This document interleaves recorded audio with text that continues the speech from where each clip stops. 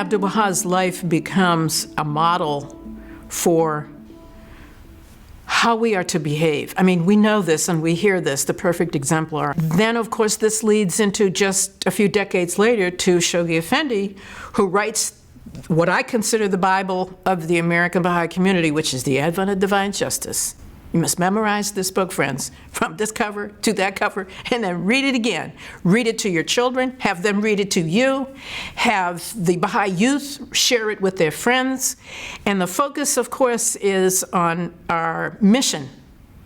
And our mission is to teach the African American and the Native American communities. When I first became a Baha'i, one of the things I did was, when I got back to campus, after I was a Baha'i for a month, I had read Baha'i books, but I hadn't really studied them. And so I ordered 4 Baha'i books, and I just sort of buried myself in them for about 2 months. And one of them was The Advent of Divine Justice. The other one was The World Order of Baha'u'llah.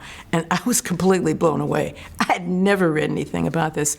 And you see these ideas of the Guardian writes as if he's a social scientist. He writes as if he's a social observer, because he's getting all this data from different parts of the world. And then, you know, in retrospect, of course, The Guardian had unpacked implicit bias 70 years before Harvard ever came up with this initiative, its implicit bias test. 70 years. If that's the kind of vision that The Guardian had in that book, it's another reason to go back and read it, because there are all these precious gems in it that, that are shared with us from a spiritual point of view.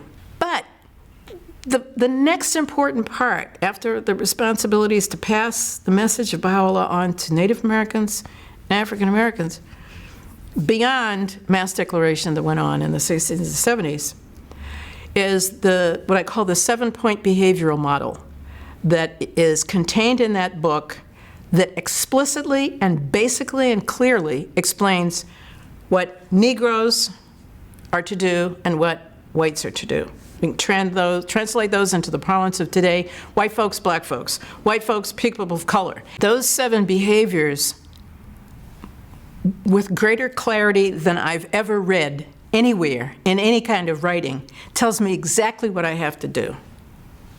Usually inherent feelings of superiority, sometimes subconscious.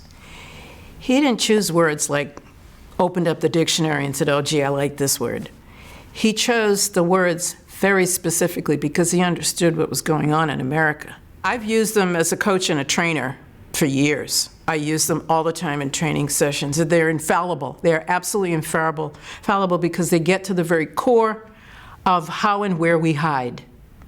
They get to the very core of the games we play. They get to the very core of the ways that we try to avoid dealing with the most challenging issue. He called it that for a reason.